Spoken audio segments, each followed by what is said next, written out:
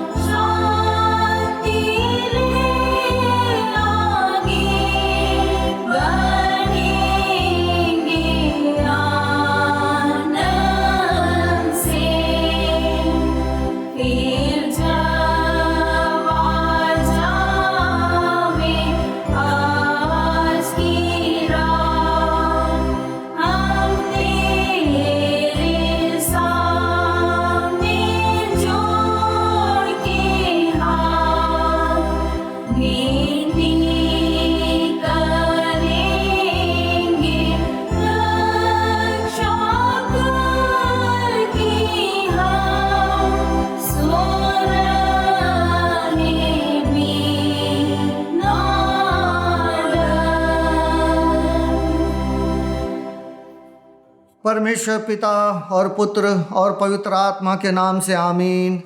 हमारी सहायता ईश्वर के नाम से है जिसने स्वर्ग और पृथ्वी को सिरजा।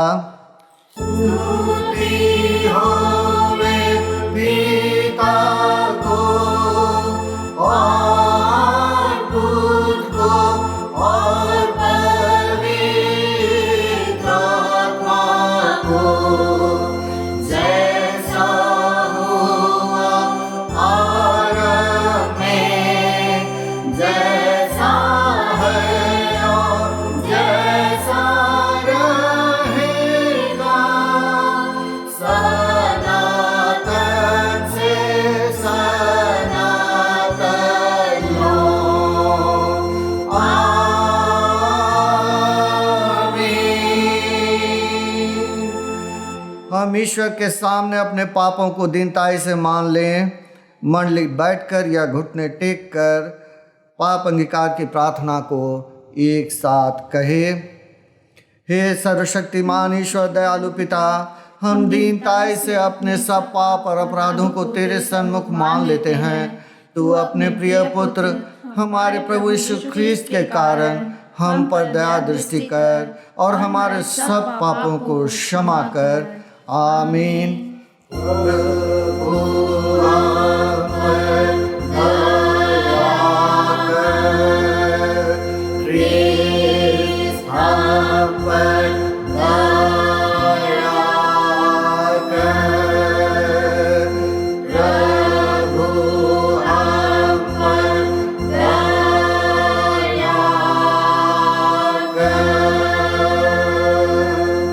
आइए हम सब शांति का वचन सुनेंगे। क्योंकि सबों ने पाप किया है और परमेश्वर की प्रशंसा योग्य नहीं होते हैं, पर उसके अनुग्रह से उस उद्धार के द्वारा जो ख्रीस्त से है सेंत में धर्मी ठहराए जाते हैं। रोमी 3 अध्याय 23 से 24 पद तक।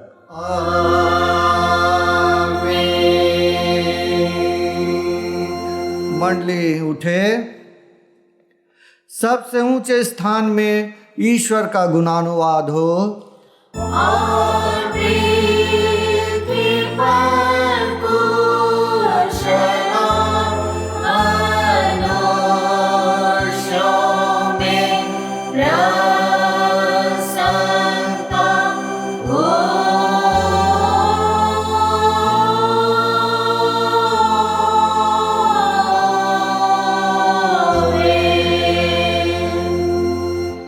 प्रभु तुम्हारे संग हो।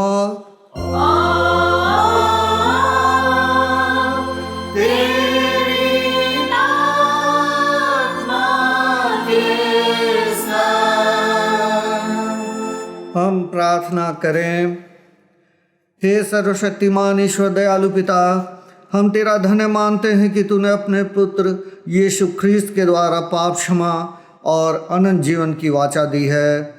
हम तेरी इसी दया के कारण विनती करते हैं कि अपने पवित्र आत्मा के द्वारा हमारे मनों में सच विश्वास और दृढ़ आशा उत्पन्न करके संभाल कि हम इस समय के दुख में धीरजवान होकर मृत्यु की घड़ी कुशल के साथ संसार से विदा हो सकें और हमारे प्रभु यीशु ख्रीस्त के पुण्य प्रताप से स्वर्ग राज में प्रवेश कर सदा के लिए परम सुख के भागी हों, जिससे हम युगानुयुग तेरी स्तुति और महिमा करते रहें। आमीन।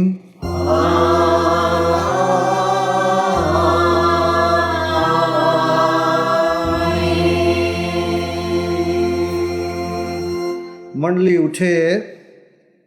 अभी हम आज के लिए ठहराए गए पहले पाठ को सुनेंगे और पहला पाठ हमें मिलता है गलातियों के नाम पौलुस प्रेरित की पत्री, उसका 5वां अध्याय और उसके 16वें पद से लेकर 24वें पद तक। गलातियों के नाम पौलुस प्रेरित की पत्री, उसका 5वां अध्याय और उसके 16वें पद से लेकर 24वें पद तक। कोई भाई या बहन इस पाठ को पढ़ने में अगुवाई करेंगे। गलातियों की पत्री 5 अध्याय 16 पद से 24 पद तक इस प्रकार लिखा हुआ है, परंतु मैं कहता हूँ कि पवित्र आत्मा के अनुसार चलो तो तुम शारीरिक इच्छाओं को किसी रीति से पूर्ण नहीं करोगे, क्योंकि शरीर तो पवित्र आत्मा के विरोध में और पवित्र आत्मा शरीर के विरोध में लालसा करता है। ये तो एक दूसरे के विरोधी है कि जो तुम करना चाहते हो उसे ना कर सको। परंतु यदि तुम पवित्र आत्मा के चलाए चलते हो तो व्यवस्था के अधीन ना रहें। अब शरीर के काम स्पष्ट हैं, अर्थात व्यभिचार, अशुद्धता, कामुकता, मूर्ति पूजा, जादू टोना, बैर, झगड़ा, ईर्ष्या, क्रोध, मतभेद, फूट, दलबंदी, द्वेष, मतवालापन, रंगरेलियाँ तथा इसी प्रकार के अन्य काम हैं, जिनके विषय में मैं तुमको चेतावनी देता हूँ, जैसा पहले चेतावनी दे चुका हूँ कि ऐसे ऐसे काम करने वाले तो परमेश्वर के राज के उत्तराधिकारी न होंगे। परंतु पवित्र आत्मा का फल प्रेम, आनंद, शांति, धीरज, दयालुता, भलाई, विश्वस्तता, नम्रता व संयम है। ऐसे ऐसे कामों के विरुद्ध कोई व्यवस्था नहीं है। और जो मसीह यीशु के हैं और उन्होंने अपने शरीर को दुर्वासनाओं तथा लालसाओं समेत क्रूस पर चढ़ा दिया है। यहाँ तक। आमीन। तेरा धन्यवाद हो हे क्रिस्ट यीशु। हालेलुया।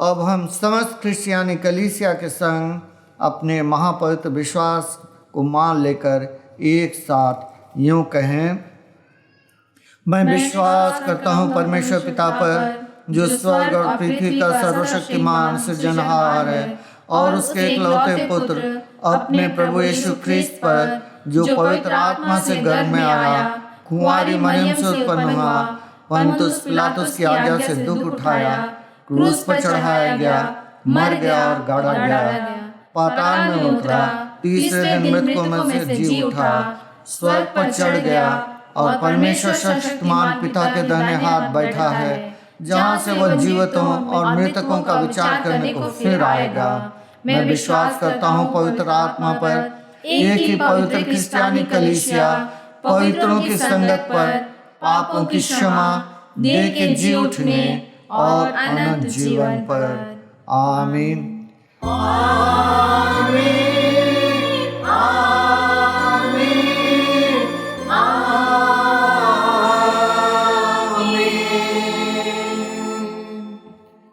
मंडली बैठ जाए। अभी हम दूसरे गीत को गाएंगे और ये गीत हमें मिलता है साक्षीवाणी की पुस्तक, गीत संख्या 124। साक्षीवाणी से गीत संख्या 124। जांच मुझे जांच तू है ईश्वर, और मेरे मन को छान, चिंताओं की परीक्षा कर और उन्हें तू पहचान।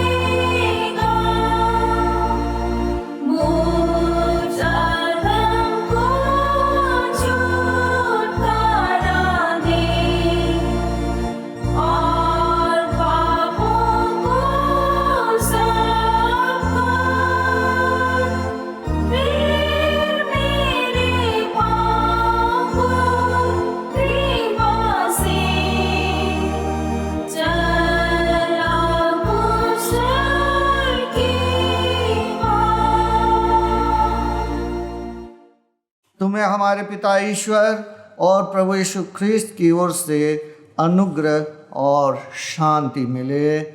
आमीन। अभी हम आज के लिए ठहराए गए दूसरे पाठ को सुनेंगे। मंडली इस पाठ के लिए खड़ी हो जाए। दूसरा पाठ हमें मिलता है लूका रचित सुसमाचार उसका 17वां अध्याय और उसके 11वें पद से लेकर 19वें पद तक। लूका रचित सुसमाचार उसका 17वां अध्याय और उसके 11वें पद से लेकर 19वें पद तक। कोढ़ के 10 रोगियों को चंगा करना। ऐसा हुआ कि वह यरूशलेम जाते हुए सामरिया और गलील के बीच से होकर जा रहा था। किसी गांव में प्रवेश करते समय उसे 10 कोढ़ी मिले। उन्होंने दूर खड़े होकर ऊंचे शब्द से कहा, हे यीशु, हे स्वामी, हम पर दया कर। उसने उन्हें देखकर कहा, जाओ और अपने आप को याजकों को दिखाओ। और जाते ही जाते वे शुद्ध हो गए। तब उनमें से एक यह देखकर कि मैं चंगा हो गया हूँ, ऊंचे शब्द से परमेश्वर की बड़ाई करता हुआ लौटा और यीशु के पांवों पर मुंह के बल गिरकर उसका धन्यवाद करने लगा, और वह सामरी था। इस पर यीशु ने कहा, क्या 10 शुद्ध न हुए? तो फिर वे 9 कहाँ हैं? क्या इस परदेशी को छोड़ कोई और न निकला जो परमेश्वर की बड़ाई करता? तब उसने उससे कहा, उठकर चला जा, तेरे विश्वास ने तुझे चंगा किया है। यहाँ तक। मंडली बैठ जाए। आज के संदेश को सुनने के पहले आइए हम सब एक छोटी सी प्रार्थना में एक साथ हो लें। आइए हम सब प्रार्थना करें। दयालु और प्रेमी पिता, हम धन्यवाद देते हैं अब तक की आराधना में प्रभु हमारे साथ होने के लिए और हमारी अगुवाई करने के लिए। प्रभु हम विनती करते हैं, जब तेरे वचनों को हम अभी सुनते हैं प्रभु, और संदेश को हम सुनने जाते हैं प्रभु होने दे पिता कि हम आज के संदेश के द्वारा जो तू हमसे बातें करना चाहता है उसको सुन पाएँ, समझ पाएँ और अपने मनों में बैठा सकें। प्रभु हमारी मदद कर, हमारी अगुवाई कर प्रभु, कि हम इन गहरी बातों को समझते हुए प्रभु अपने जीवन को वो दिशा दे पाएँ जो दिशा तू इस वचन के द्वारा हमें देना चाहता है। प्रभु यीशु मसीह के नाम से मांगते हैं, दया से सुन और ग्रहण कर। आमीन। आज के संदेश वचन में हम प्रभु यीशु मसीह को 10 कोढ़ियों को चंगा करता हुआ पाते हैं। लगभग 3 साल की सुसमाचार सेवका यात्रा में प्रभु ने अनगिनत रोगियों को चंगा किया। उसके पीछे चलने वाली भीड़ में ज़्यादातर वही लोग थे जो बीमारियों से चंगाई पाने की लालसा में उसके पीछे हो लेते थे। आज के पाठ में जिन 10 कोढ़ियों का वर्णन है वो भी चंगे होने के लिए ही प्रभु को पुकार रहे थे। यरूशलेम की ओर जाते हुए गलील और सामरिया के बीच एक गांव में प्रभु ने उन्हें पुकारते सुना। यहूदियों की परंपरा थी कि बीमार याजक को दिखाए जाते थे। परंपरा के अनुसार याजक उनके लिए बलिदान चढ़ाकर प्रार्थना करता और वे चंगे हो जाते। सो प्रभु ने उन्हें याजक के पास जाने को कहा, लेकिन वो जाते जाते ही शुद्ध हो गए। अन्य चंगाई वाले आश्चर्य कर्मों की तरह ही यह घटना भी लगती है, पर आज का वचन हमें इस घटना की जानकारी देने के अलावा हमारी एक कमजोरी के प्रति भी हमें सचेत करता है। इतिहास गवाह है कि पुरातन काल से ही मनुष्य बीमारियों से ग्रस्त होता आया है। बीमारियों से न सिर्फ शारीरिक तकलीफ वरन मौतें भी होती हैं। अप्राकृतिक रूप से होने वाली मौतों में सबसे बड़ा भाग विभिन्न बीमारियों का ही है। सो मनुष्य जल्द से जल्द अपनी बीमारी से निजात पाना चाहता है। कोई बीमार रहना नहीं चाहता और चंगे होने के लिए कुछ भी करने को तैयार रहता है।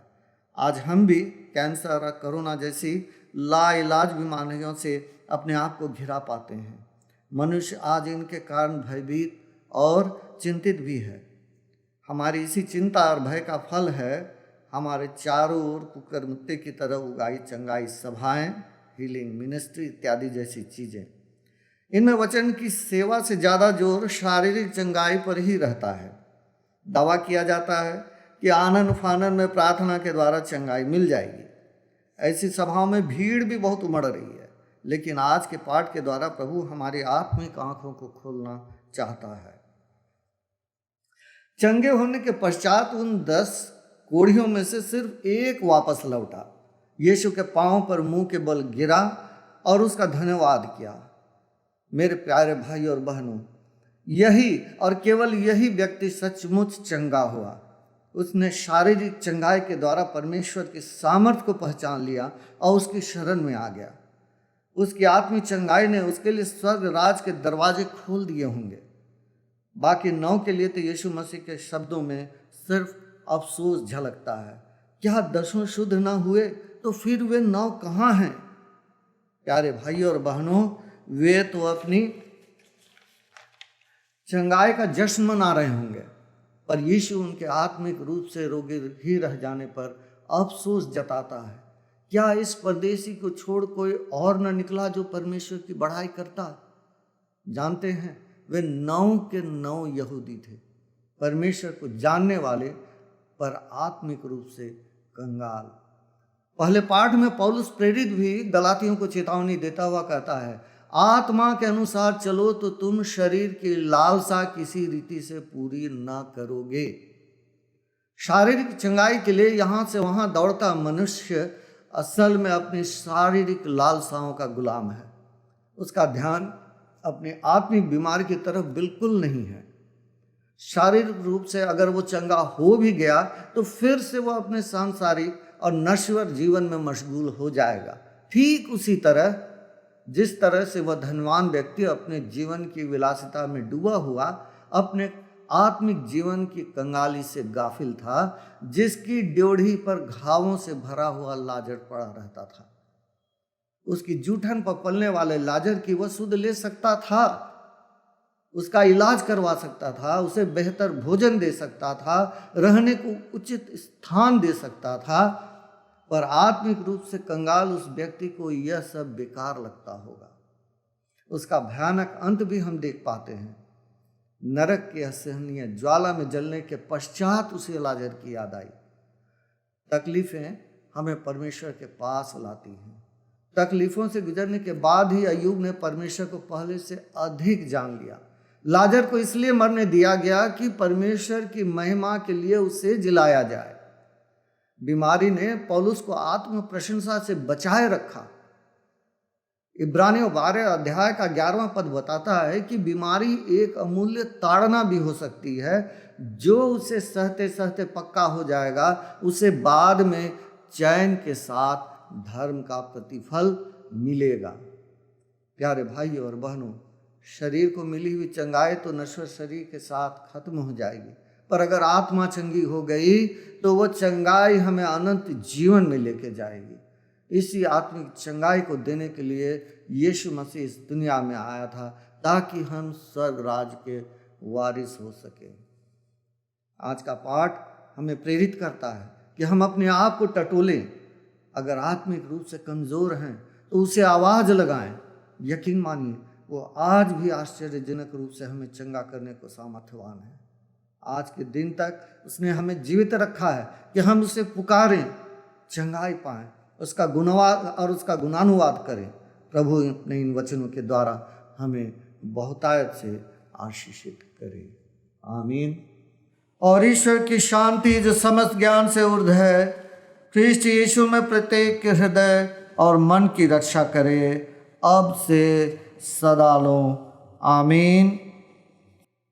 अभी हम आज के लिए ठहराए गए तीसरे गीत को एक साथ मिलकर गाएंगे। इस गीत को हम पाएंगे साक्ष्यवाणी की पुस्तक गीत संख्या 341। साक्ष्यवाणी की पुस्तक से गीत संख्या 341। भोर के समय बोते दया रूपी बीज को, धूप में भी परिश्रम करते संध्या लो। और इस गीत के साथ साथ हम अपनी भेंटें भी प्रभु को अर्पण करेंगे।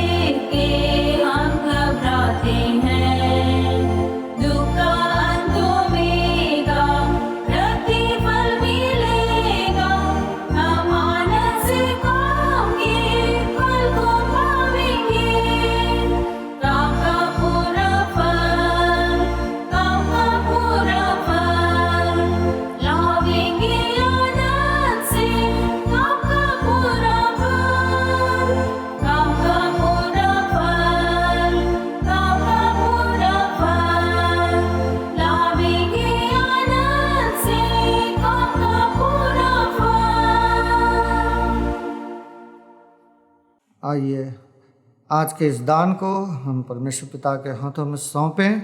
आइए हम सब प्रार्थना करें। दयालु प्रेमी पिता, धन्यवाद करते हैं प्रभु आज के इस पूरी आराधना के लिए। प्रभु अब तक तू हमारे साथ रहा, हमारी अगुवाई की है प्रभु। और प्रभु हमने तेरे नाम के निमित्त अपनी मुट्ठी खोलकर कुछ दान हमने तेरे नाम पर अर्पण किया है प्रभु। सब कुछ तेरा दिया हुआ है, तेरे दिए हुए दान में से ही प्रभु हमने यहाँ भेंट चढ़ाई है प्रभु। विनती करते हैं पिता, इसे आशीषित कर ताकि इसके द्वारा मंडली अब बहुत सारे लोगों के काम होने पाए प्रभु। जिन हाथों ने मुट्ठी खोलकर भेंट चढ़ाई है उन सारे हाथों को आशीषित कर पिता। हर एक भंडार को भरा पूरा कर दे पिता, जिसके चलते प्रभु तेरे नाम के निमित्त बहुतायत से मुट्ठियाँ खुलने पाएँ। छोटी सी यह प्रार्थना प्रभु यीशु मसीह के नाम से मांगते हैं। दया से सुन और ग्रहण कर। आमीन। धन है परमेश्वर, धन है परमेश्वर तुम्हारी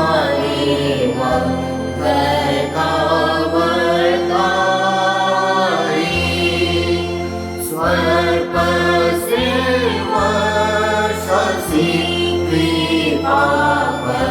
कृपा बरसाई। भूलियो मत प्रभु की स्थापना की कीर्ति तू पर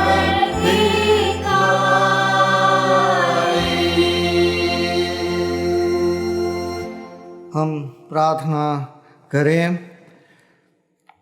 हे प्रभु परमेश्वर स्वर्गवासी पिता, हम तेरी विनती करते हैं अपने क्रिश्चियानी कलीसिया और उसके सारे सेवकों की अगुवाई कर कि वे तेरे वचन के निर्मल उपदेश में ठहरें, जिससे सच विश्वास और प्रेम हम में बढ़े और दृढ़ाया जाए।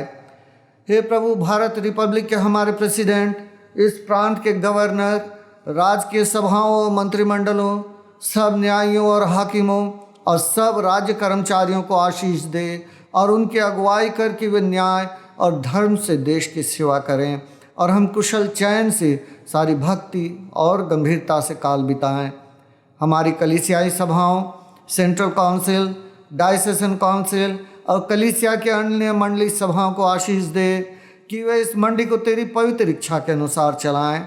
जगत की लुथेरन कलीसिया और देश विदेश के हमारे सभी ख्रिस्त विश्वासी मित्रों को आशीष दे कि हम क्रिस्तीय प्रेम और सहयोग में आगे बढ़ें और जगत में तेरी साक्षी के लिए अधिक सामर्थ पाएं।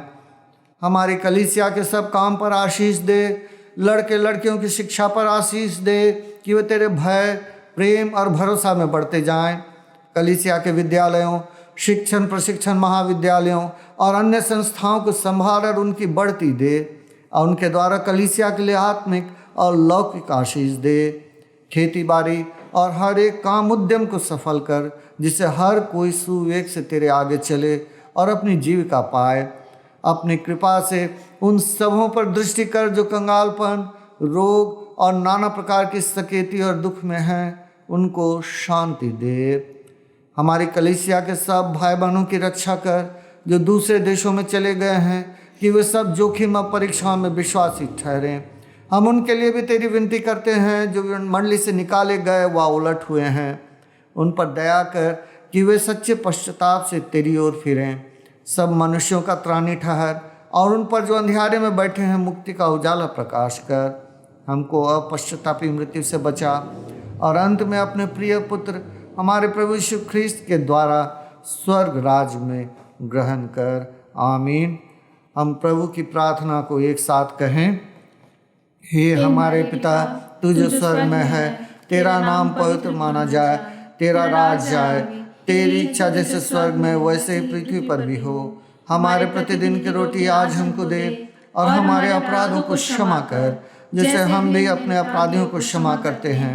और हमको परीक्षा में मत डाल, परंतु बुराई से छुड़ा, क्योंकि राज और पराक्रम और महात्म सदा तेरे ही हैं। आमीन।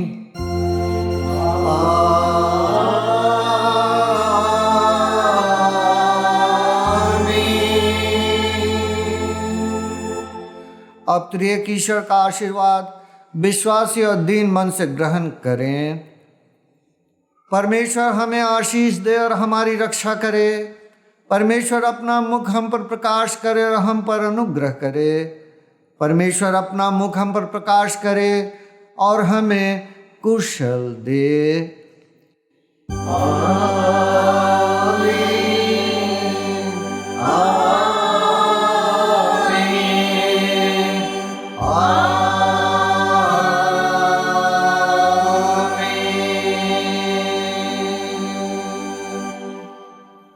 सबों को यीशु सहाय।